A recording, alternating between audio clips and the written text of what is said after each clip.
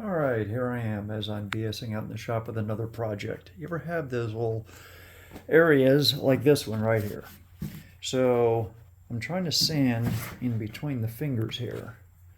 What are these things? I'm going to say about 3/4 of an inch in depth, and it's real hard to get in between.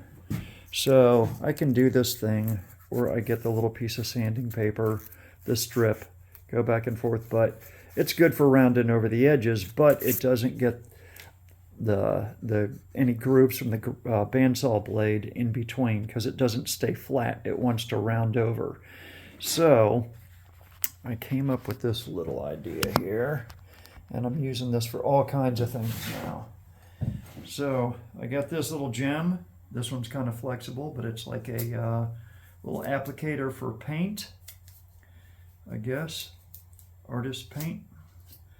So any kind of masking tape, blue tape, a little bit of CA glue, a little accelerant.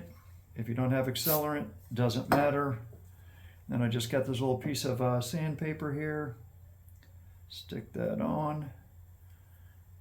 Just pressing it on the workbench here for a second. Just takes a couple seconds for this stuff to dry usually. So I can either use it just like this, or I could even come back with the razor knife and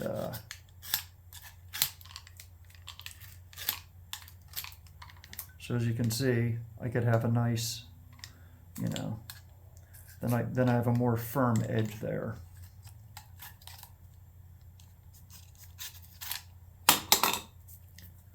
So I'm kind of hacking it and getting through it quick, but you can see I can take it right down to here. So now I can sand right up to the edge here, which is good. I've even done the same thing. Here's a little chunk of wood. This is just a different grit sandpaper, same thing though.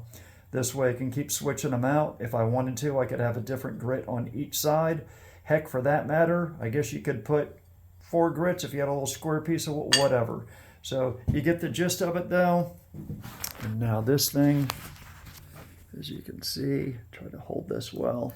Now I could really get in here well and have a much firmer surface to sand with.